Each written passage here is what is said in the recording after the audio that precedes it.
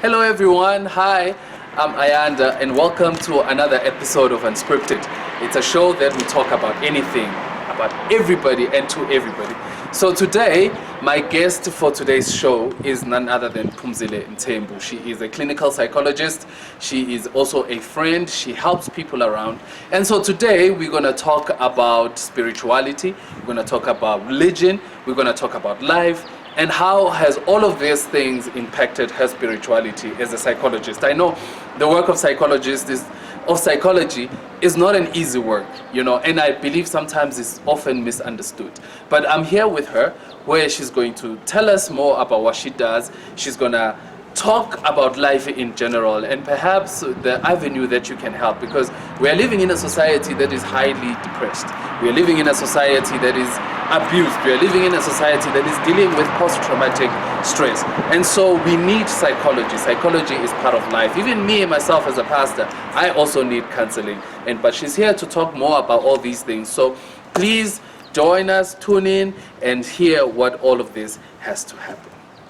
So I'm here with Phumzile Ntembu. She is an independent clinical psychologist. She does counseling with and helping a lot of people. So I'm here with her. So Phumzile, welcome to the show. Thank you. Yeah, so the first question, and we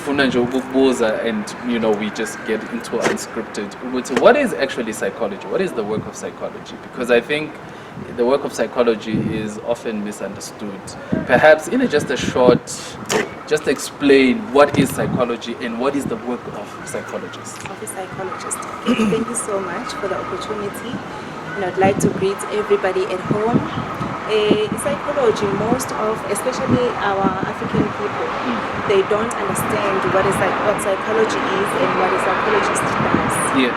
So every time you need to see is actually the study of the mind, whereby we look at how a person processes information, how they interpret the world, how they interpret themselves, and how they actually think about whatever they come across in their lives. Okay. Oh, all right. So it's psychology basically. It's not about mind control. Yes. It's basically you are studying behavior and how somebody interprets it. So moving on. Now, as a psychologist, you are a God-believing woman. So how do you measure or how do you merge these two ideas? Being a Christian God-believing woman and also a psychologist. And mind you, most of your textbooks, or rather the founding pillars of psychology, they are atheists. So how do you keep a balance in believing God and also being good at what you do? Okay. I think I'm not going to say much about the theorists of psychology, because I do not know most of their belief systems. Yeah. But as a human being, when God created a person does not only consist of the spiritual side, but it includes psychological well-being, your social well-being, your physical well-being, and your emotional well-being. Yeah. So being a psychologist means that I am very much aware of myself, and I'm very much aware of what I do and how my thoughts actually influence my behavior. Yeah. So when people come to me with problems, I don't look much into their religion or spiritual side, but I try to listen to why the person is actually facing the problem that they come to therapy with, where the problem started, and how I can actually try to help or to assist them to resolve whatever problem they are facing. So me being a psychologist and a Christian at the same time, I believe that my spiritual side needs religion, it needs God, because I cannot fulfill it with psychology theories, That's just a part of life. Christian has helped me a lot to actually deal with a lot of things that require me to actually believe in God and be spiritual as a person or as a woman. So spirituality and psychology, in a way, they go together. How does spirituality help you? It helps an individual to have a support base or support system in a way. And psychology also helps them to change how they view the world and how they view the situation they find themselves in.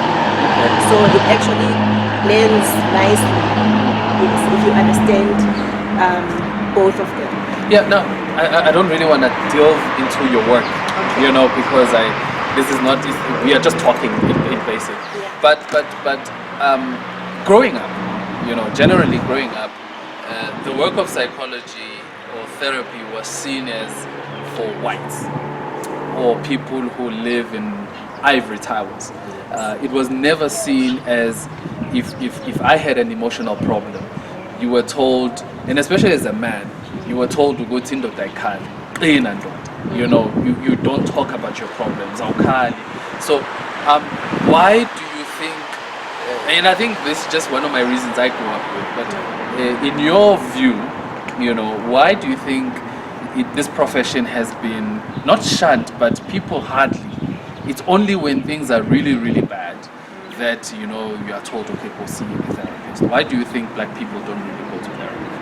I think it's because of the socialization and there are beliefs that are socially constructed by our ancestors that njengobusho ukuthi indoda ayikhali ifela ngaphakathi. Yes. Then if indoda ayikhali, then why did God create a man ukuthi be nama-tears if they are not supposed to cry? So they grew up believing ukuthi you don't share your problems, you don't talk to somebody else about your issues, but you man up and you hide whatever you are going through, and that is a sign of being strong and kutshengisa ukuthi you are able to deal with your matters, which is in the long run is a problem because it causes problems like depression, your stress, your PTSD, anxiety problems, and most of the time abantu bagcina sebe resorted to suicide, especially males and men. And we've seen a lot of boys these days they commit suicide because they don't have anybody to talk to about their issues or about problems that are beginning now. So kuningi kakhulu that has led African people not to consult a psychologist. One of the reasons is a lack of education or lack of knowledge. People do not know about psychologists or psychology at large. They think psychology is for white people. And we have a lot of people who are struggling with the depression, but they do not know that they are depressed.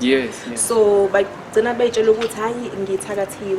something like that. And anxiety. Exactly. As and it's actually anxiety. So every time we see African patients, you need to explain your role as a psychologist and we try to explain what psychology is and how it's going to play out with therapy session, because when they come to you, they expect you to make a pills. No, that's what we know. Exactly. So if therapy is not to figure, I listen to your problem and I give you a solution. No, that's not therapy. But we are figure, I ask you questions because I want to see where the problem started, so that we treat the roots of the problem, not just the outcome of what is underlying issue. You understand? So those are the challenges that's beginning now. So now moving to church, now it's more my domain. I've seen, and there've been people who've come to me for help. Some you find that this is not just a spiritual issue, but it's more of a psychology issue where umuntu they need counseling, because as a pastor,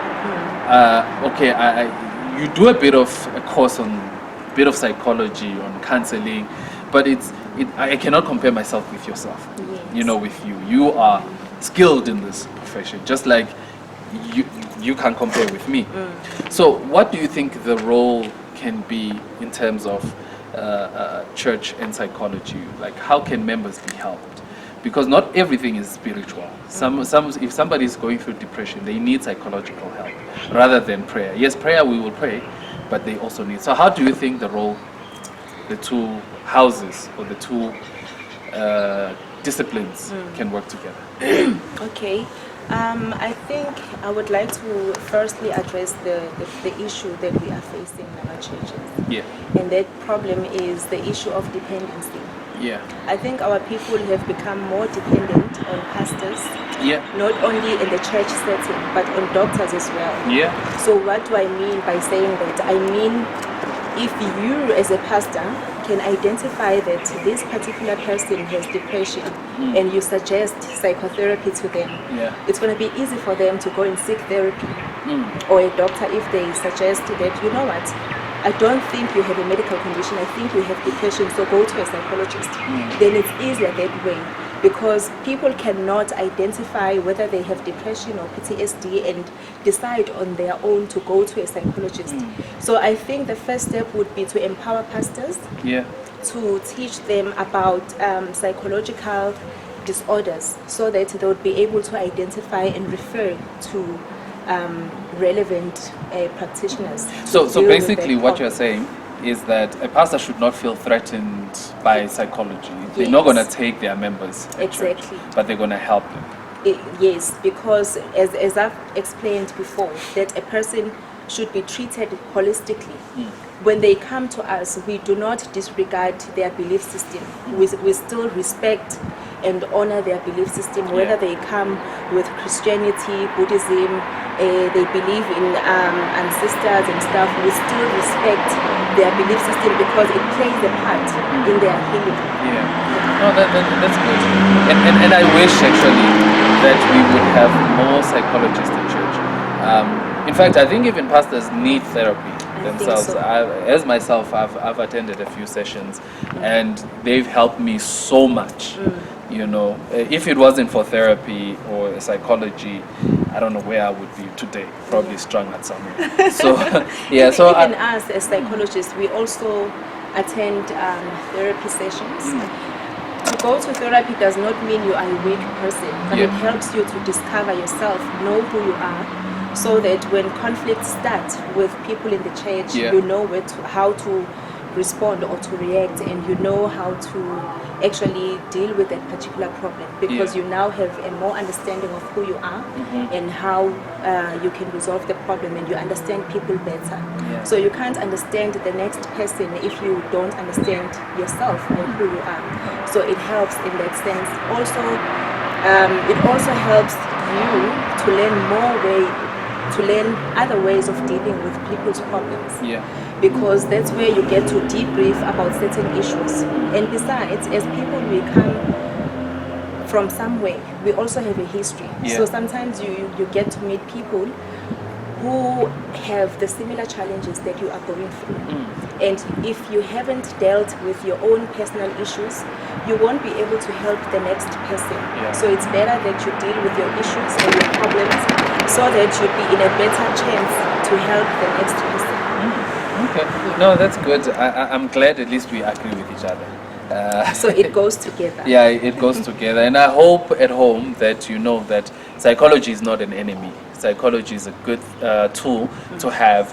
Now, of course, as we're just going to move to another segment, I just want to ask, because some people now at home, they are sitting there, they know they need therapy, but there's this also misinformation that therapy is expensive. Where can they go? Are there any free therapy sessions, government, or are there places, you know, is there free, for somebody who doesn't have money or medical aid, can they still get therapy? Definitely. I know in Newcastle, in Majuba district, in Madadene Provincial Hospital, there are psychologists there.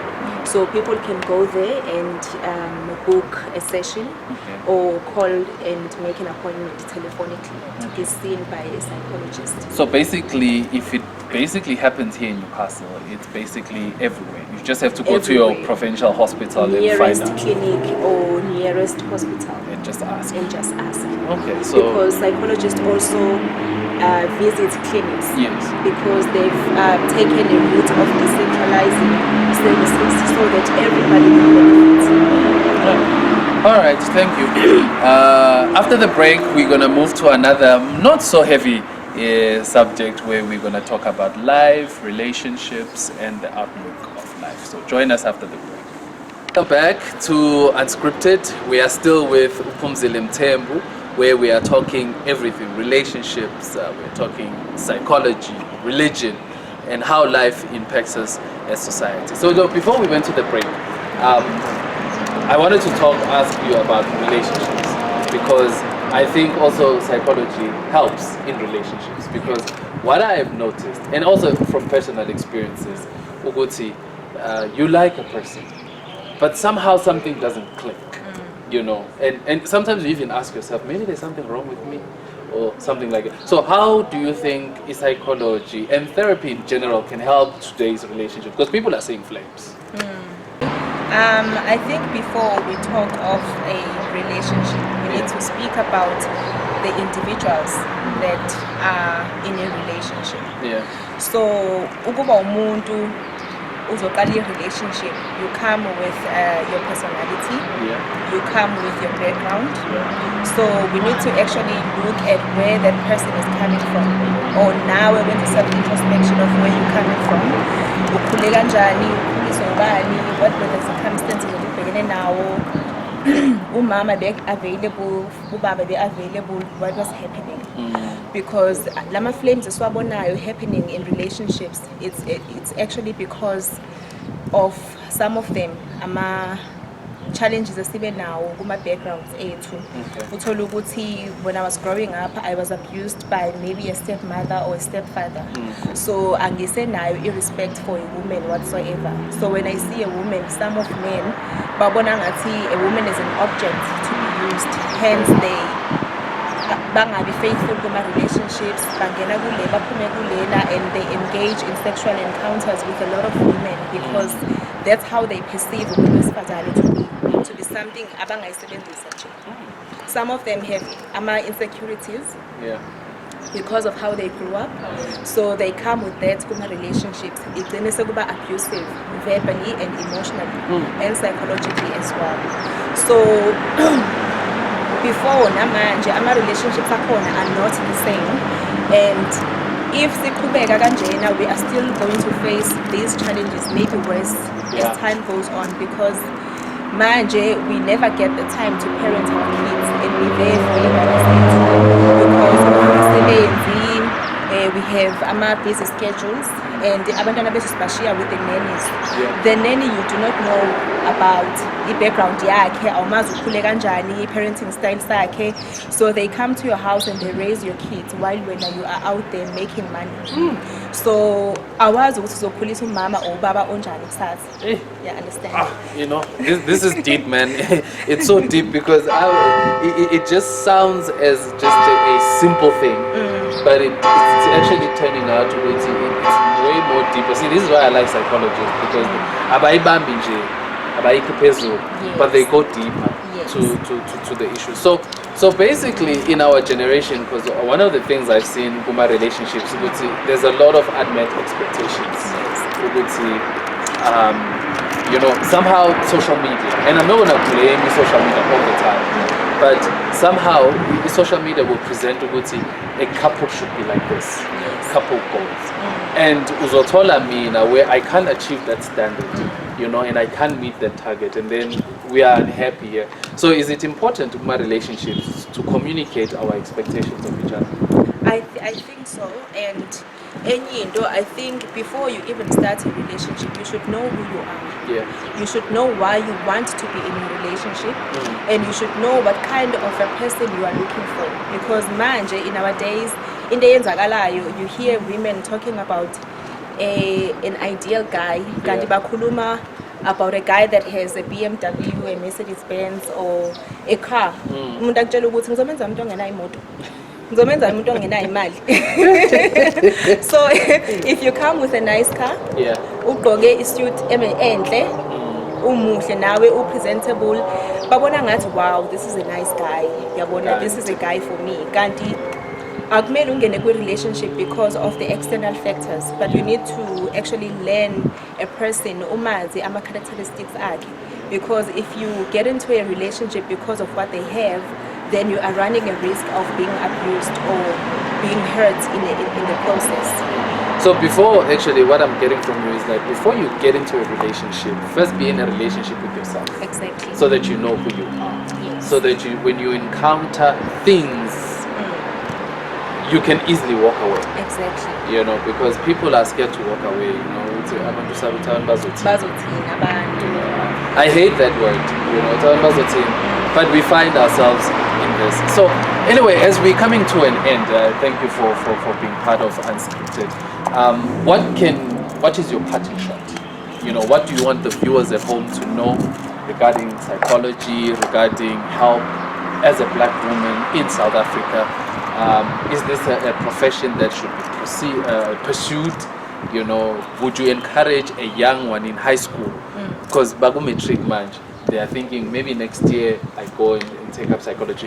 What is the word of encouragement you can leave the viewers at home? Okay, what I can say, Uguti, psychology, guys, is actually a profession that helps you as an individual to grow and to know who you are and to know how to tackle problems in your life and to also assist other people. So I would advise every young person not to say I enroll per se, but read more of the books that will empower you and change your perspective of life and empower yourself so you can be able to empower others as well. So psychology is helpful, and I believe Uguti, if it can be put in my churches, it will help a lot of people, including our pastors, and also reduce the current problem we are facing, depression and suicide. Yeah. All right. Thank you very much. Thank you very much, Ms. Mtembu, for being part of this program. I've learned so much. So may God bless you in your work, and hopefully we will invite you again soon. So Babugele Emakaya, thank you for joining us on another episode of Unscripted. Be sure to join us next time, where we'll be talking with somebody else with an unscripted story to inspire you, because that's all we try to do, to have these conversations so that we can inspire you. So until next time, God bless and see you soon. Bye-bye.